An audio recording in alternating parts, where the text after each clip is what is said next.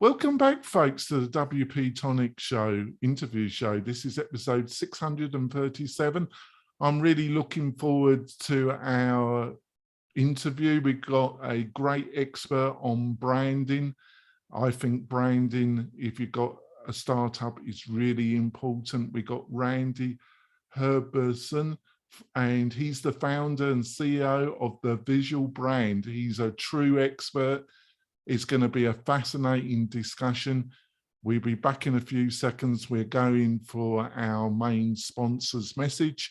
And like I say, when we come back, we'll be straight in it, folks. We're coming back. Like I say, we're going to be talking about branding, if I can talk this morning.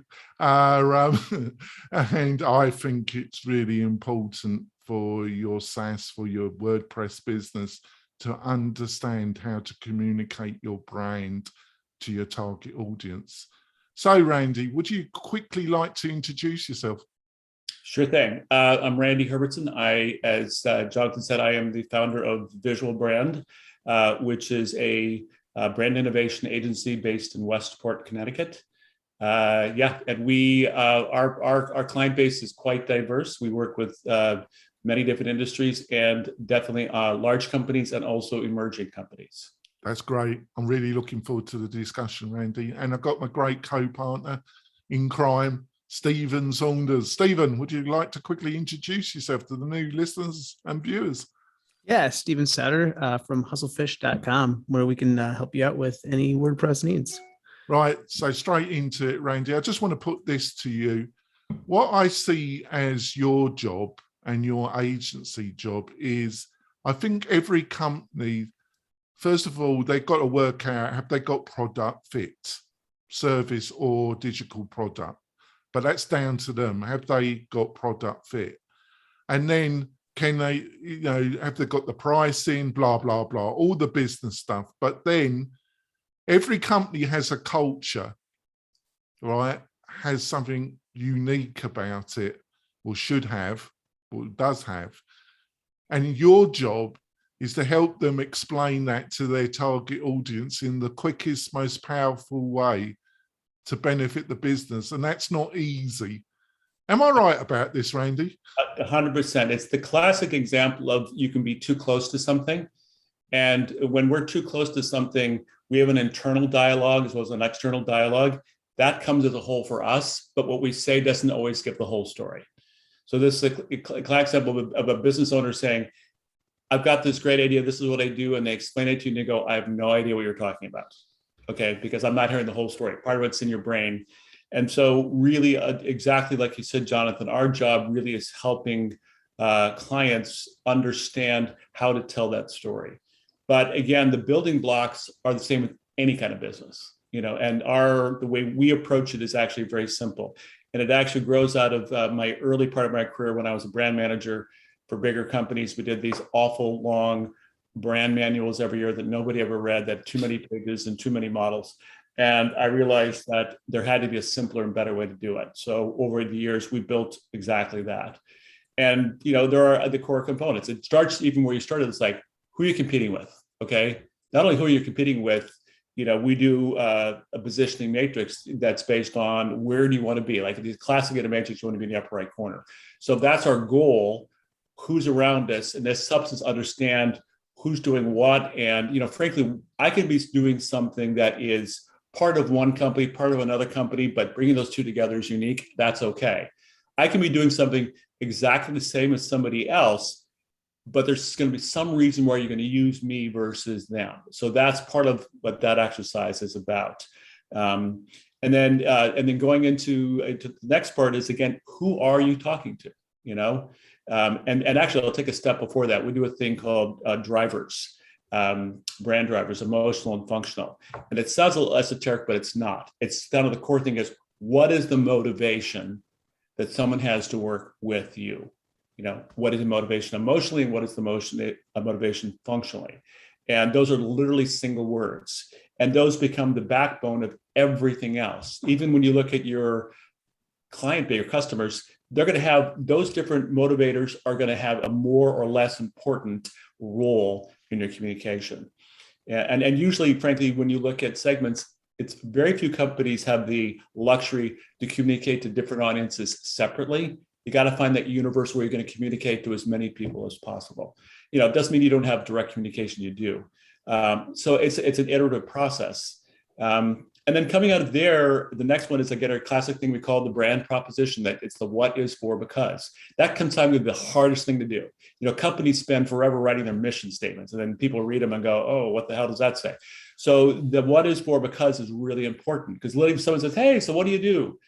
You got to say in like a long sentence, at least, what do I do? This is what it is. This is why it's important. And here's who it's for, and that can be the hardest thing for any company to do. So that accomplished, then, gets down to, and this is something, if we think of the examples of companies that do it great, and people always use Apple as an example because they're a good example, is your brand vocabulary, which is, what are things that you say and words you use regularly that mean something? So when your audience starts hearing those words from you, they know what they mean. It's your communication code. And by doing that, it actually makes it's like having a design style guide. It makes communicating much, much easier because things you're going to say consistently. Now, look at all of our web folks know that using words contextually and consistently is great for SEO. Yes, that's something that's built on the same principle. Okay.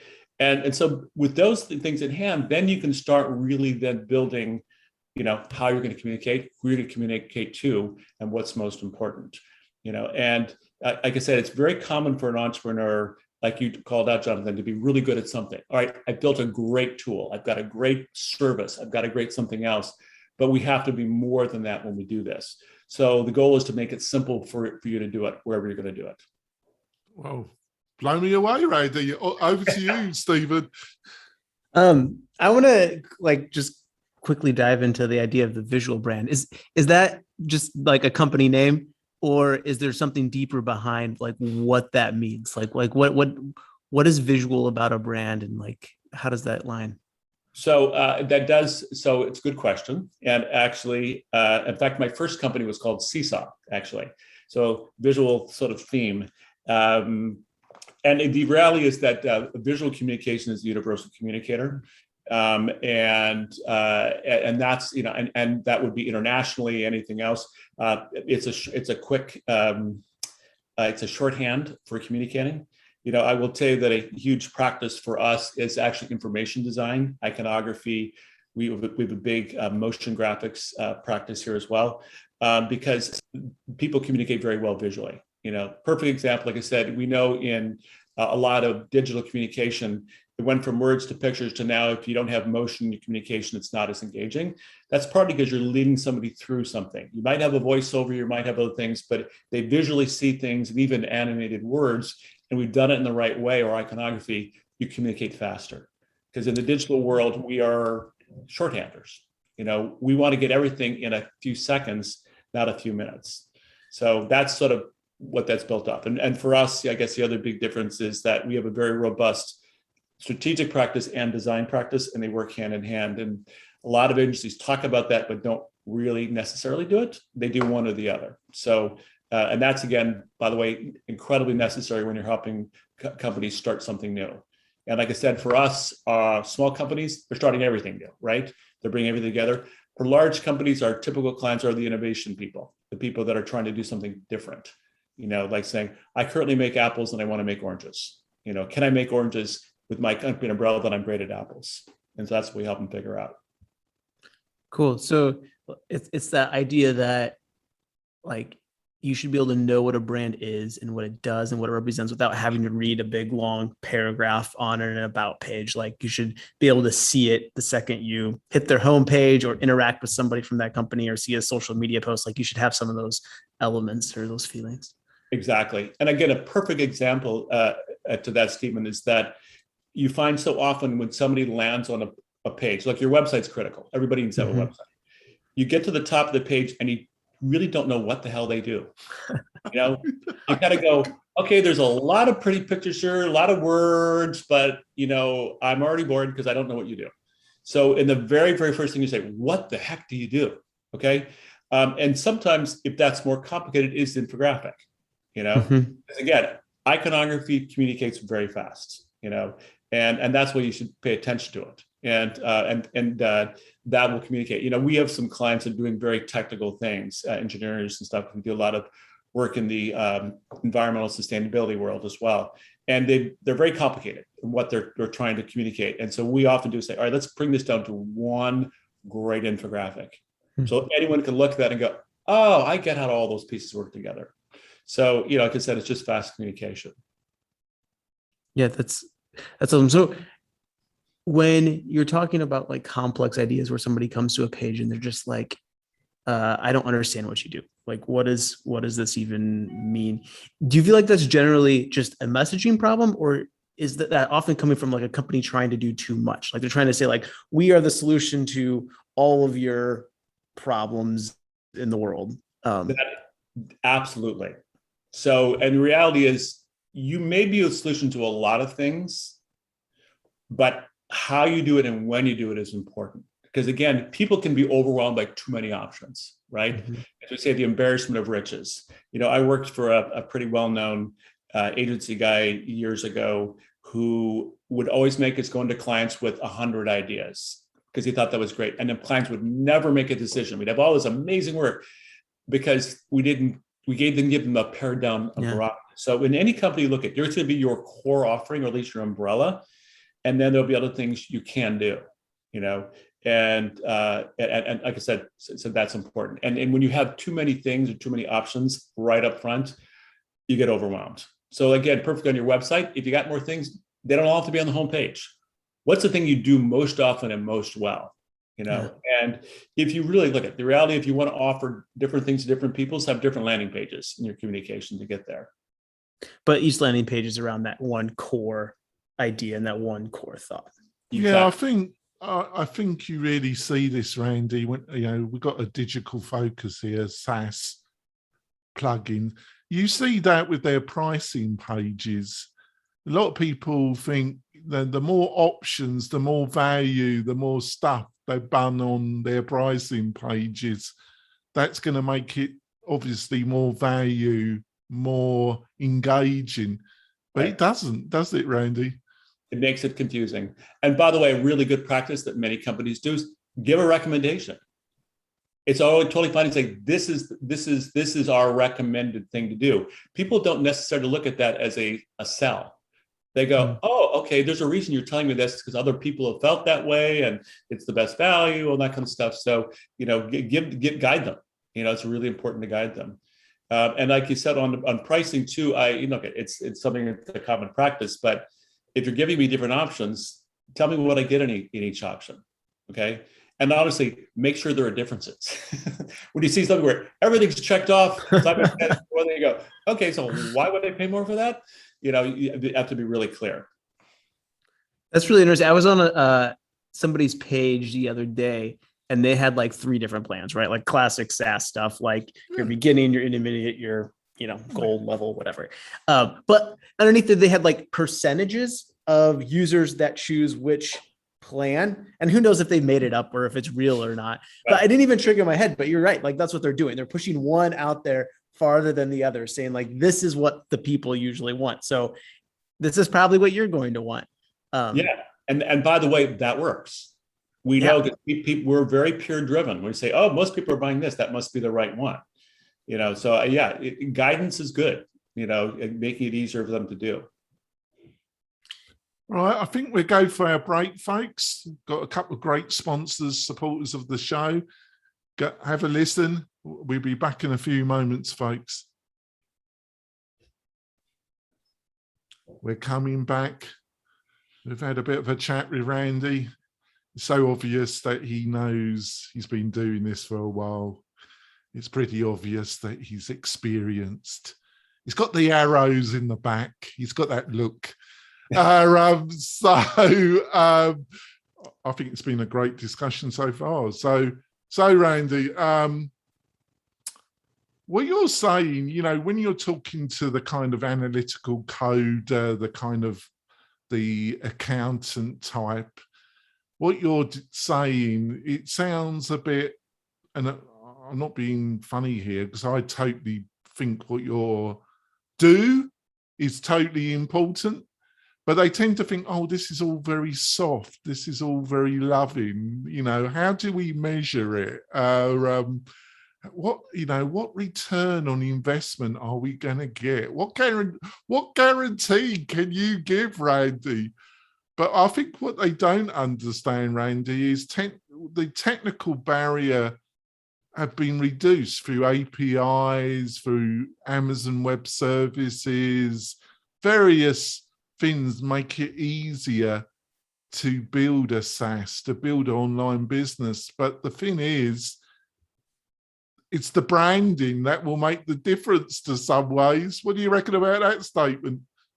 Well, it's true. And look, it is very measurable. It's all measured in engagement, and transaction. I mean, it's the classic, digital model that actually changed the whole world. It used to be when things weren't digital, a million years ago, there was no way to really measure the thing. Oh, you got a lot of exposure. Isn't that great?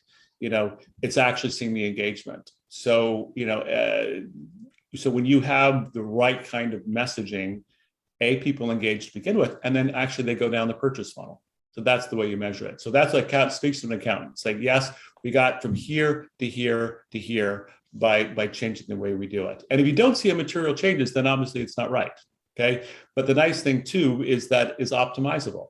That's why we often recommend, particularly when you take the work I described to actual communication, have a couple of versions. Okay. And then optimize which version is working best. That could be even in an email, could be in a communication directly, it could be on your website. It's okay to do that because that you'll be able to tell because it's measurable.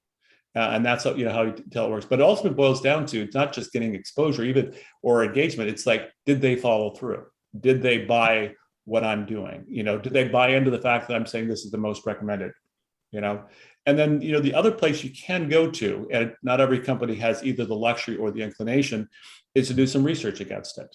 We do actually that here, and both qualitative and quantitative, because sometimes even the numbers don't tell you the real story of the why.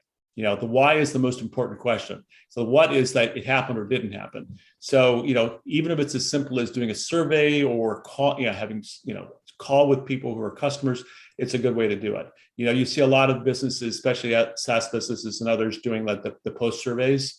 Not everybody does them, but enough people do them that you can kind of learn why that worked.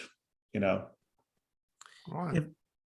If I'm a founder and I have a product, let's say it's some online course or something that I'm trying to sell, or a widget or whatever, it really doesn't matter. And it's a great idea. The people that are using it love it.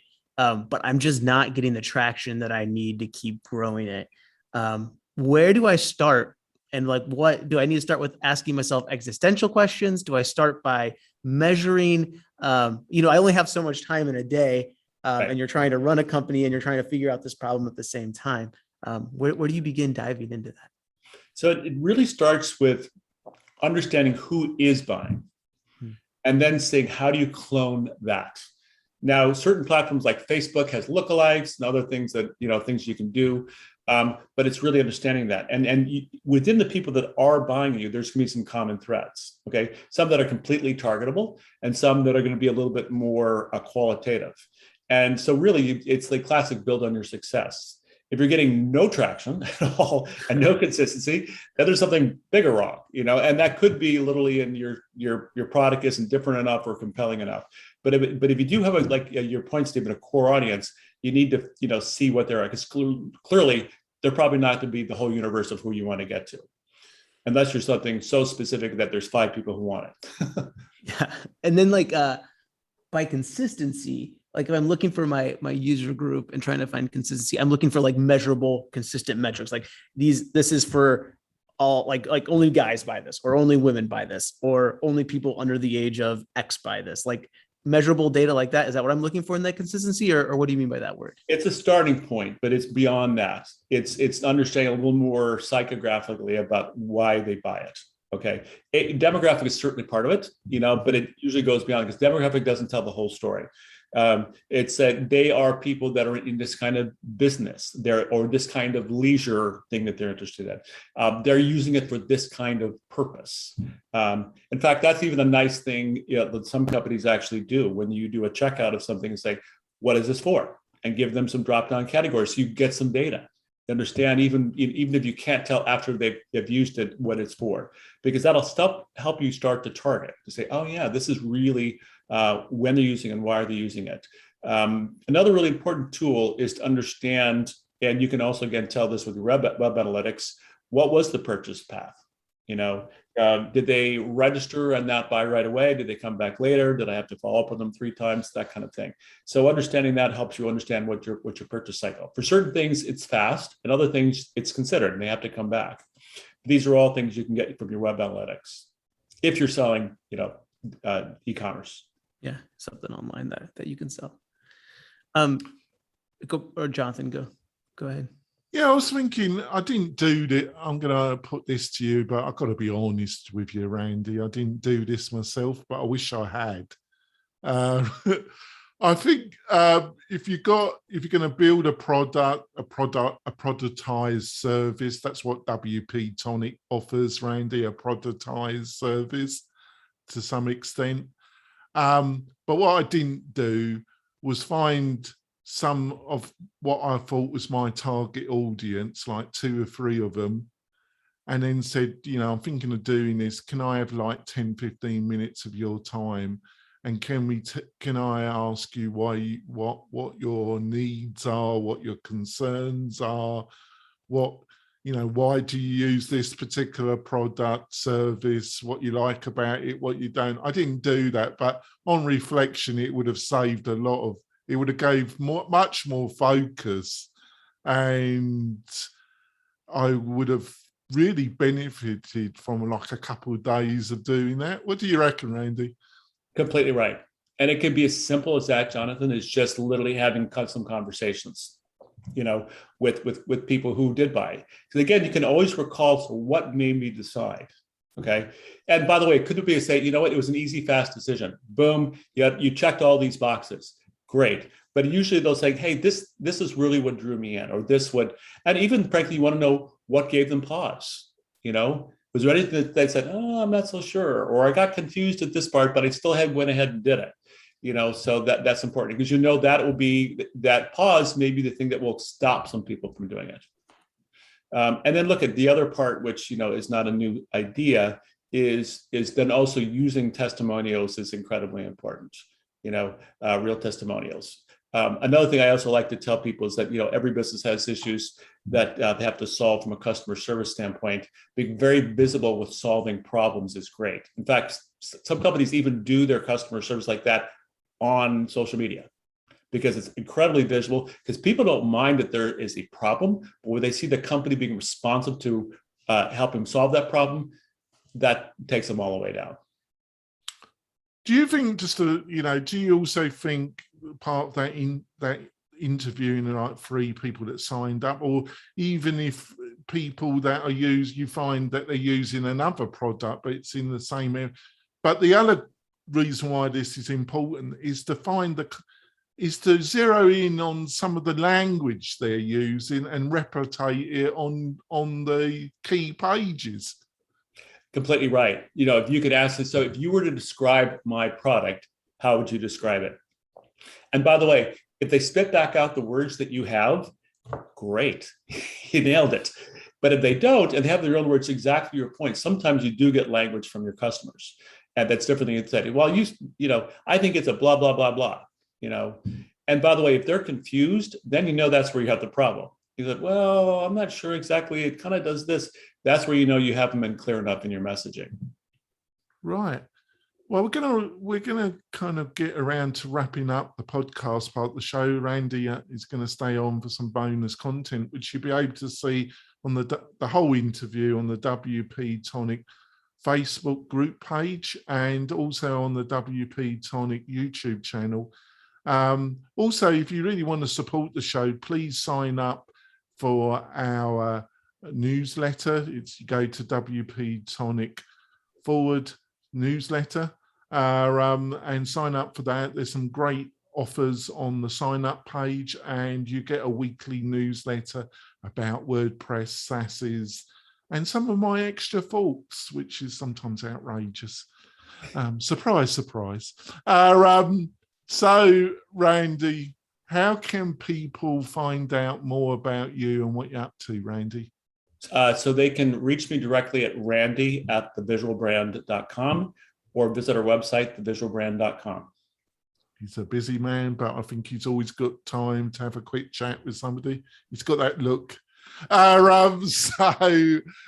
Stephen, how can people find out more about you, your new setup, and what you're up to, Stephen? Yeah, head over to hustlefish.com. Check out some of the projects that we've been working on. Oh, that sounds interesting. In the bonus content, I'm going to be asking Randy about if he was starting a startup and he was the marketing branding with his co-founder, the structure of building a brand from the beginning. He's got some good ideas around that. I think you'll find it really an interesting bonus discussion. So join us for that. We'll be back next week with another fabulous guest and another useful discussion for you, WordPress or Bootstrap entrepreneurs. We'll be back soon, folks. Bye. So, Randy, you've hit the scotch the night before. You've had a friend persuade you to do a startup, a SaaS.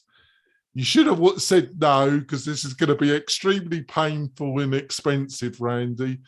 But for some reason, you said yes to it. So you're finished, Randy. You're going to have to make the best of it. So he's the technical whiz kid with the great ideas, but you're the poor sod that has to market it and build a brand. So what are you going to do, Randy? So obviously the first starting point is you have to make sure, the obvious thing is they have the resources to do what you need to do.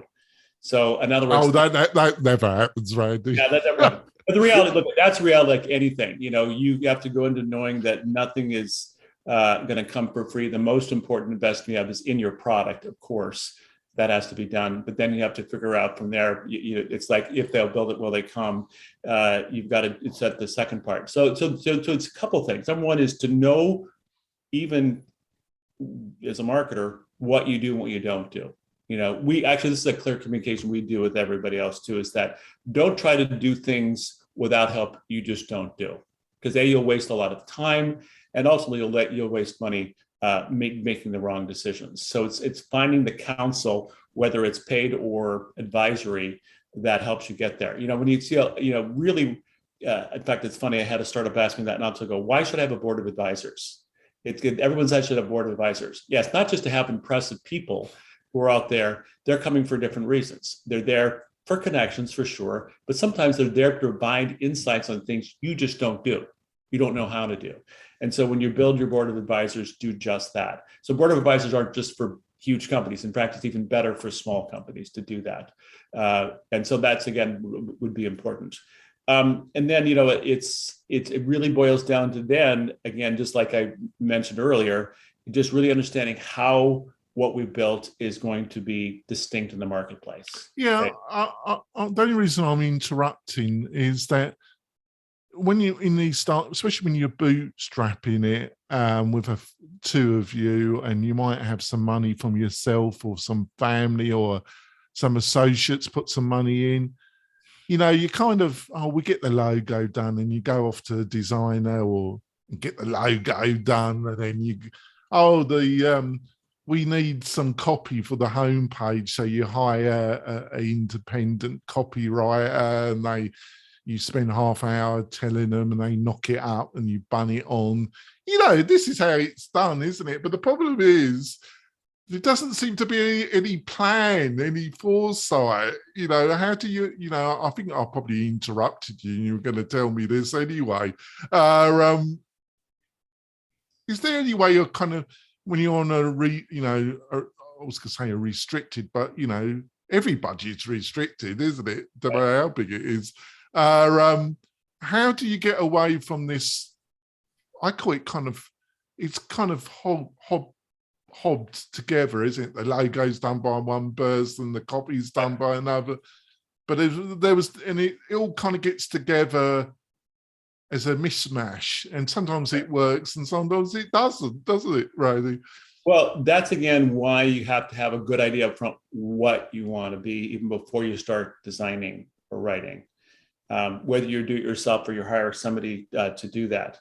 But I think to get to your other point, the good news is there's a lot of free ways to start building your audience, and the social platforms are a good starting point. In fact, we do a lot of thinking about why you use different platforms, because they're not all the same. Each social platform is built really with a different reason that people utilize it and how they communicate on it. And so for SaaS and Bootstrap, look at that. LinkedIn is a great place to do that. And by the way, communicating on LinkedIn isn't just having a profile there, and it's not necessarily even just in doing a paid post. You can, but there are ways to create outreach, and even within Sales Navigator or anything else, so you can start creating those dialogues and these communications, and start building your audience. And then through through advisors or other places, finding new ways to get to new audiences. I would say one of the most powerful, depending on what you're selling, starting points is referral. And frankly, I would say our clients, 90% of them come in through referral consistently. And it's the same thing when you are, selling something like this as well. And it also depends on how big the investment is that I'm selling. If it's a very small investment that the average person is going to buy, that's one thing. But if it's something that's going to be a considered purchase for another reason, there's nothing better than referral. Well, over to you, Stephen. But on reflection, Stephen, do you think I was right about how this is normally done? Because, you normally struggle. You've got so many balls in the air. But do you think what some of the things I just said, Stephen, applied to your looking back for yourself about how it's all kind of put together?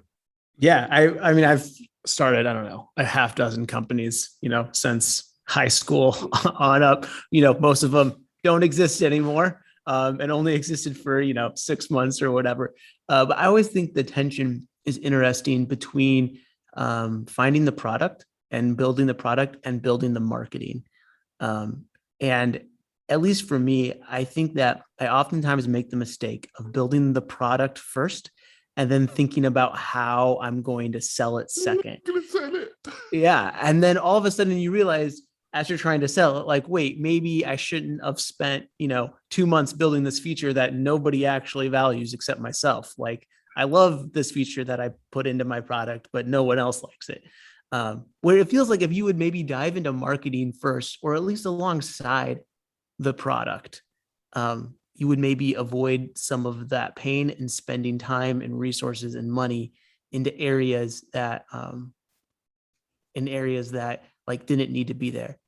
Sometimes I also feel like, and this is a question for you, Randy, like, oftentimes we think of marketing as like, how do I sell my product?